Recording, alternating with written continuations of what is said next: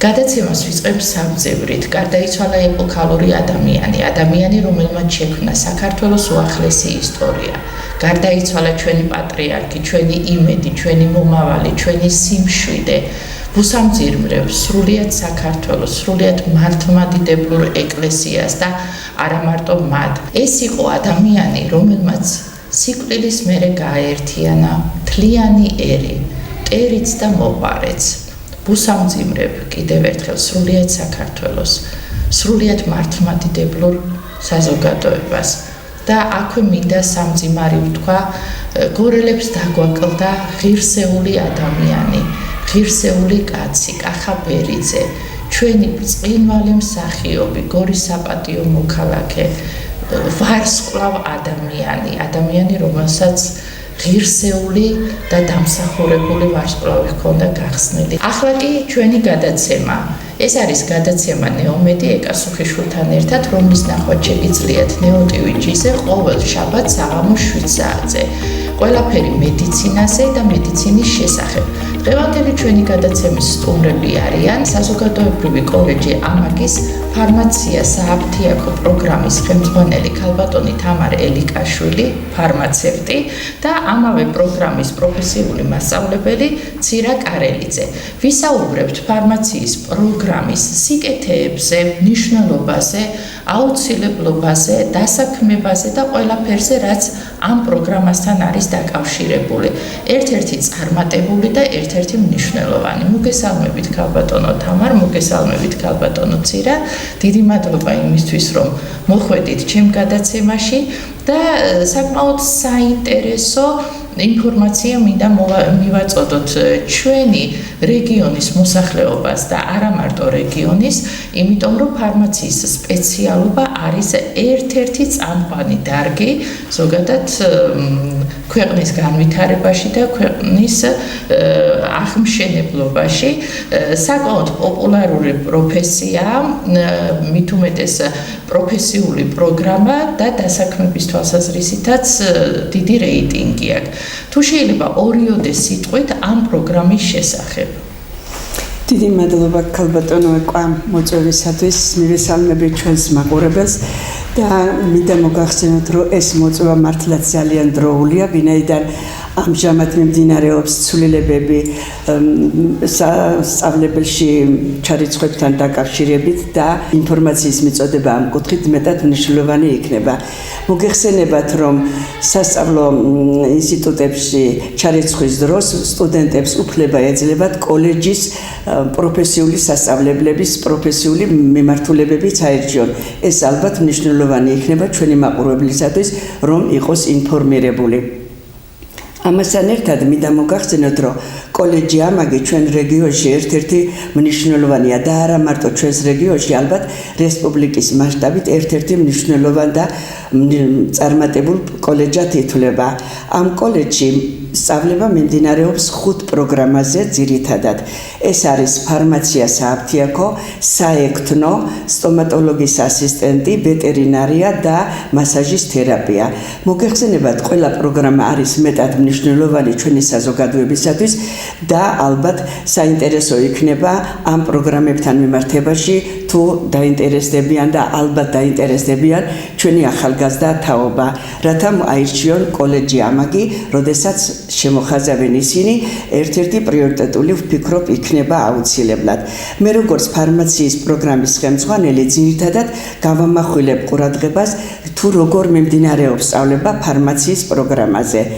ფარმაციის დარგი და პროფესია არის ერთ-ერთი უძველესი პროფესიათა შორის და ერთ-ერთი წარმატებულიც შემიძლია ვთქვა.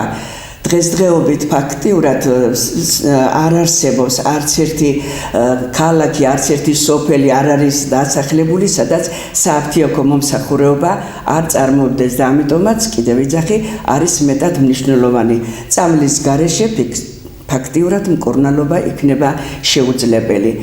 ფარმაციის პროგრამა მიმდინარეობს ჩვენს კოლეჯში უკვე წლების განმავლობაში და წარმატებითაც ხორციელდება და არ არის ფაქტიურად აფთიაქი ჩვენს რეგიონში, სადაც ჩვენი კურსდამთავრებული არ არის დასაქმებული. უფრო მეტის რამის 50-70% ჩვენი კურსდამთავრებულებისა აბსოლუტურად ყველა დასაქმებულია. ჩვენს პროგრამაზე სწავლება მიმდინარეობს 2 წლის განმავლობაში. სწავლება მოიცავს როგორც თეორიულ, ისე პრაქტიკულ საკითხებს და სწავლება წარმოებს თანამედროვე სტანდარტებით აქტურულ კაბინეტ ლაბორატორიებში. ამისათვის, რა თქმა უნდა, ძალიან დიდი მადლობა ჩვენს ადმინისტრაციას, რომელიც ზრუნავს, ყოველდღურად ზრუნავს, რომ თანამედროვე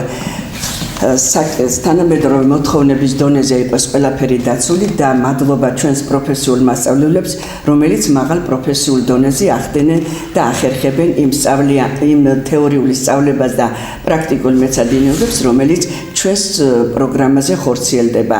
მოგეხსენებათ, როგორც აღნიშნე, მიმდინარეობს როგორც თეორიული სწავლება, ასე პრაქტიკული მეცადინეობა. პრაქტიკული მეცადინეობები ტარდება ადგილზეც კოლეჯში და ამასთან ერთად პარალელურად ყავს ჩვენ პარტნიორი ორგანიზაციები. ერთ-ერთი საქართველოში ცნობილი და წამყვანი პროფესიული ქსელები, ესენი არიან PSP სააფთიაქო ქსელი, ავერსის სააფთიაქო ქსელი და გეფა სააფთიაქო ქსელი, რომელიც თავში მოიაზრებს GPC-სა და ფარმადეპოს აფთიაგებს. ასე რომ ჩვენს პროფესიულ სტუდენტებს თეორიულ სწავლებასთან ერთად შესაძლებლობა ექნებათ რეალურ სამუშაო გარემოშიც მოახდინონ იმ პრაქტიკული უნარჩვევების შეთვისება, რომელიც ესოდენ მნიშვნელოვანია პროფესიული სტუდენტებისათვის. ქალბატონო ცირა, თქვენ როგორც პროფესიული მასწავლებელი, რა როლი აქვს პროფესიულ მასწავლებელს სწავლის პროცესში? ბატონო, მეც მოგესალმებით. წარმოგიდგენთ ჩემ თავსაც, მეც პროფესიით ფარმაცევტი გახლავართ.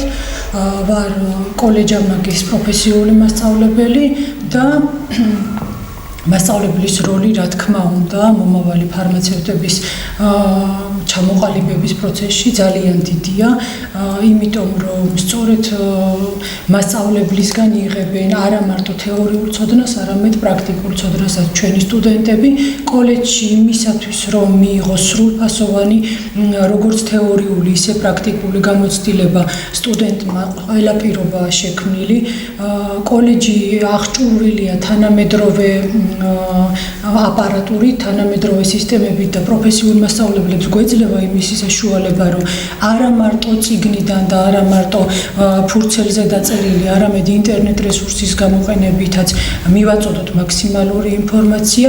ჩვენ ვცდილობთ, რომ არა მარტო თეორიული ცოდნა, არამედ ჩვენი გამოცდილებაც ვეგაუზიაროთ. მე პირადად ფარმაცევტი გახლავართ, მუშაობდი სააფთიაქო სფეროში და ეს ძალიან მეხმარება ჩემს სტუდენტებთან, რომ შემზადებულები გავუშვა ხოლმე თუნდაც იმ პრაქტიკაზე და იცოდნენ, ჰქონდეთ წარმოდგენა რა ელით აფთიაქში, რა სიტუაცია უნდა დახვდეთ, რაზე გაამახვილონ ყურადღება და რა ინფორმაცია უნდა წამოიღონ იქიდან იმ პრაქტიკაზე წასვლის შემდეგ.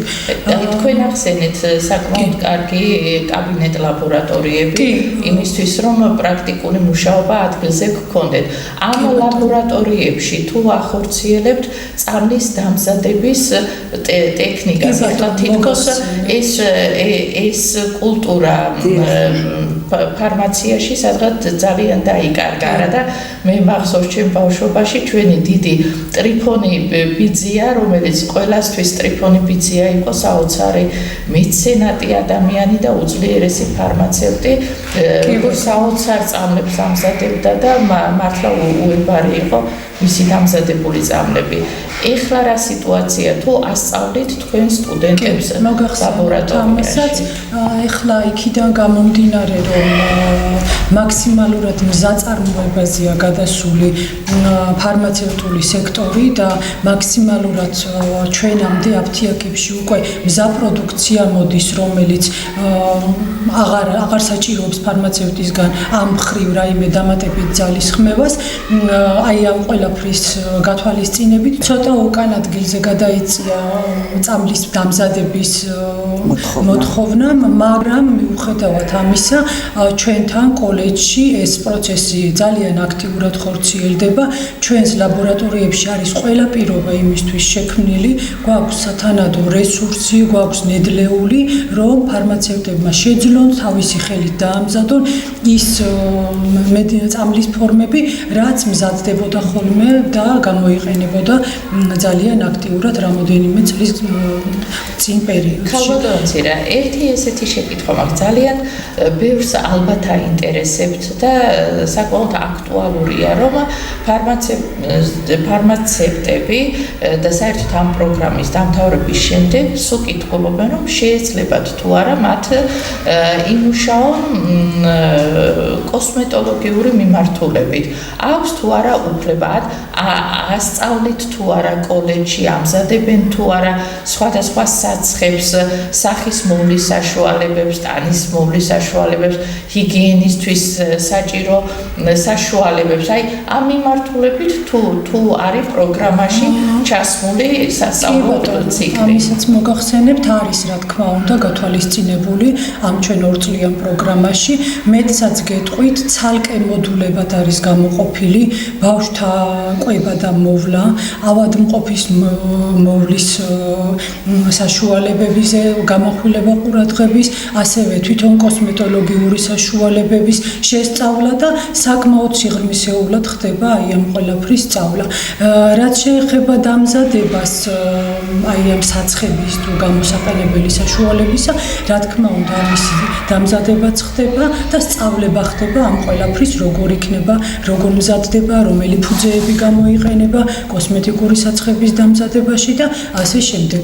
ასევე იმასაც ვიტყვი, რომ არანაირი შეზღუდვა არ აქვს ჩვენ კურსდამთავრებულებს ამ სფეროში, მეტიც შეუძლიათ როგორც პარაფარმაციის ასისტენტებს ეძახიან ასე სააფთიაქო სისტემაში და ამ პოზიციაზეც მუშაობა შეუძლიათ და დასაქმება შეუძლიათ და კიდევ ჩვენი კურსდამთავრებულები მე პირადად ვიცი ძალიან ბევრი, რომელიც დღესდღეობით ძალიან აქტუალურ პროცედურებში, როგორიც არის აი ეს სახის ცოტა უფრო ღრმა მოვლა და კოსმეტოლოგიური პროცედურები, აი ამ კუთხითაც მუშაობენ და ამ კუთხითაც აგრძელებენ მოღვაწეობას. კარგი, ძალიან კარგი. მხარდამჭერი ღონისძიებები ახსენეთ, თქვენ პარტნიორები ახსენეთ და რაში გამოიხატება ეს მხარდამჭერი ღონისძიებები? დიახ, ჯერ პარტნიორებზე მოგახსენებთ, ხალბატონო ეკა და მინდა კიდევ ერთხელ აღნიშნო, რომ პარტნიორი ორგანიზაციები მე დავასახელე და ამ პარტნიორი ორგანიზაციებთან გვაქვს ჩვენ ისეთი ხელშეკრულებები დადებული არა მარტო გორის სააფთიაქო ქსელებში, არამედ რესპუბლიკის მასშტაბით მოვახდინოთ პრაქტიკაზე გასვლა ამ სტუდენტების ნებისმიერ ქალაქში, სადაც ჩვენი სტუდენტი მოისურვებს და სწორედაც ეს არის საკმაოდ დიდი მხარდაჭერა ჩვენი სტუდენტებისა, რომ ხელი შეუწყო და მივცეთ შესაძლებლობა იქ, სადაც უფრო მოეხერხება, სადაც უფრო მეტი შესაძლებლობა გააჩნდათ პრაქტიკული ნაწილი ჩვენი სწავლებისა იქ გაიარონ. ამასთან ერთად მხარდამჭერი ღონისძიებებიდან შემიძლია ვთქვა ისიც, რომ ჩვენ გვაქვს ხოლმე დამსაქმებლებთან შეხვედრები, უშუალოდ ჩვენს ვესაუბრებით, ვუცვლით ჩვენს აზრებს, შთაბეჭდილებებს, ამასთან ერთად ვახვედრებთ ჩვენ სტუდენტებს და აზრთა გაცვლა გამოცვლა მიმდინარეობს ამასთან დაკავშირებით. მხარდაჭერ ღონისძიებებზე მოგახსენებთ იმასაც, რომ ჩვენ სწავლებასთან ერთად ვაახდენთ ხოლმე შემეცნებით ექსკურსიებს და ამ შემეცნებითი ექსკურსიების დროს ჩვენ ვაცნობთ, რა თქმა უნდა, და ხშირია ხოლმე, რომ ამ დამსაქმებელ ორგანიზაციებში მივდივართ, ჩვენი სტუდენტები მიყვავს და ქარხნებში და დიახ, ხშირად მივდივართ, ეხლაც გვაქვს დაგეგმილი, რომ მაისის თვეში უნდა გავიყვანოთ ჩვენი სტუდენტები, როდესაც ისინი თეორიულ სწავლებას დაასრულებენ ამ სამკურნალო ფორმებთან მიმართებაში, ისინი ადგილზე გაეცნობიან თუ როგორ ხდება ქარხანაში ამ სამკურნალო საშუალებების დამზადება. გარდა ამისა, ჩვენ აუცილებლად ვახდენთ ხოლმე იმ კერების მონახულება, სადაც სწორედაც სამედიცინო ისტორიის საკითხები შეიძლება გაერკვნენ უკეთესად ბავშვები მედიცინის ისტორიის მუზეუმში გვიხდება ხოლმე წასვლა, მივდივართ უფლისციხეში, სადაც არის ჩვენ წელთა აღრიცხვამდე არსებული ის სააფთიაქო თახჩები, რომელიც მართლა უნიკალურია და საინტერესოა და ციციშვილის ადგილზე, სადაც ხდებოდა სამკურნალო საშუალებების მომზადება და იმ კარაბადინიც კი შეიქმნა იქ არსებული სამკურნალო ძალიან ისეთი ცოცხალი ძალიან ცოცხალი ორგანიზმია. ისეთი აქტიური ხართ, რომ უამრავ აქტივობები გქონთ ჩატარებული და მე მგონი გადაცემა არ გვეყოფა და მოდით ცოტა ისე კიდე საჭირო კითხვაზე გადავარდე. თქვენ ახსენეთ ჩარიცხვასთან დაკავშირებით. ერთი მაინტერესებს კოტა რამდენია წელს მიიღება, რამდენ სტუდენტს, რამდენ ახალგაზრდას, თუმცა ზღვარი არ არსებობს ასაკობრივი, როგორც ვიცით, 18+ არის, რამდენ ადამიანს შეიძლება მოლოდინი ჰქონდეს თქვენთან რომ ჩაირიცხოს. მოგახსენებთ ამ საკითხთან დაკავშირებით, ჩვენს პროგრამაზე ყოველწლიურად ვიღებთ 40 პროფესიულ სტუდენტს. აქ ასაკობრივი ზღვარი არ არის, ერთადერთი მოთხოვნა არის, რომ მას უნდა ჰქონდეს საშუალო განათლება. დანარჩენი სხვა მოთხოვნა ჩვენ არ გვაქვს. მთავარია, რომ მან გადალახოს ის აუცილებელი ქულა, რომლითაც ჩვენს კოლეჯში შესაძლებელი ექნება, რომ სწავლა გააგრძელოს. სხვათა შორის ქალბატონო ცირა პროფესიული მასწავლებლის მხარდაჭერაზე ვილაპარაკეთ ჩვენ და მის როლზე და პროფესიული მასწავლებელი როგორც ასეთი თუ არის ჩართული პრაქტიკულ კომპონენტში გარდა თეორიული სწავლების. კი, მოგახსენებთ, პროფესიული მასწავლებელი არის ჩართული პრაქტიკულ ნაწილში, იმ ხრივ, რომ სანამ სტუდენტი წავა აფთიაქში უშუალოდ პრაქტიკის გასავლელად, ჩვენთანაც არის მოგეხსენებათ მოდულები, რომელსაც აქვს თეორიული და პრაქტიკული ნაწილები. აი ამ პრაქტიკულ ნაწილს, რომელიც კოლეჯში მიმდინარეობს, სტუდენტები გადიან სწორედ იმ ლაბორატორიებში, რომელიც თვითონ კოლეჯის შენობაშივე არის და ჩვენ პროფესიული მასწავლებლები ადგილზეც ვახორციელებთ ხოლმე პრაქტიკულ სამუშაოებს. ეს იქნება სადეზინფექციო ხსნარების მომზადება, ეს იქნება სხვადასხვა წამლის ფორმების მომზადება და სწავლება პროფესიულ სტუდენტებზე, ეს იქნება საცხების, სანთლების მომზადება და დაწვრილმანება პროდუქტისა, რომელიც შემდგომ უკვე წამლის ფორმად უნდა იქცეს. გარდა ამისა, ვაცნობთ და ვასწავლით იმ ხელსაწყოებს, რითიც ჭურჭელს, რითიც ამ ყველაფრის მომზადება ხდება და სანიტარული ნორმების, ჰიგიენური ნორმების დაცვა აი ამ ყველაფერზე პრაქტიკულ ნაწილში ხდება ხოლმე სწავლება ჩვენ სტუდენტებზე. კი, ჩართულია პროფესიული მასწავლებელი, მას აქვს ნაწილობრივ აი ამ პრაქტიკული სამუშაოების განხორციელების საშუალება და შემდგომ უკვე გადადის უკვე სააფთიაქო. ძალიან კარგი და ბოლო კითხვაზე გადავალ. თქვენ ახსენეთ, რომ ჩარიცხვის ახალი წესი შემუშავდა უმაღლესში რეგისტრაციის დროს აქვს საშუალება პარალელურად დარეგისტრირდეს პროფესიულ სასწავლებელში. ის ვინც არ აბარებს უმაღლეს სასწავლებელში, იმას როგორ აქვს აი რეგისტრაციის საშუალება, ეს თუ უკვე არის ამისი წესი. ნაწილი სტუდენტებისა ალბათ ამ კუთხით ჩაირიცხებიან, რომელიც პარალელურად გაივლიან იმ ეროვნულ გამოცდებთან ერთად გავლენ და აირჩევენ კოლეჯსაც, მაგრამ ამას გარდა ეძლევათ მათ კიდევ შესაძლებლობა გამოცხადდება რეგისტრაციას გაივლიან ჩვენ დიახ დამატებით მოხდება კოლეჯების მისაღები გამოცდების ჩაბარება და მერე მოხდება იმათი ჩარიცხვაც აუცილებლად იმ სტუდენტებთან ერთად.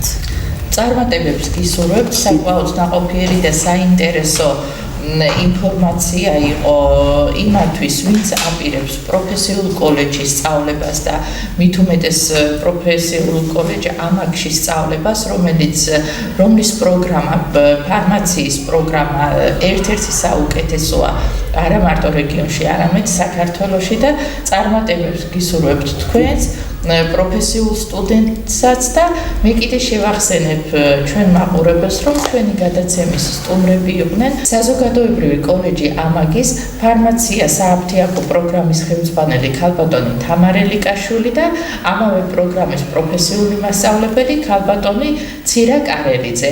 ეს იყო გადაცემა ნეომედი ეკასუხიშვილთან ერთად, რომლის ყურებაც შეგიძლიათ NEO TV G-ზე ყოველ შაბათს საღამო 7 საათზე. გემშვიდობებით ნახვამდის.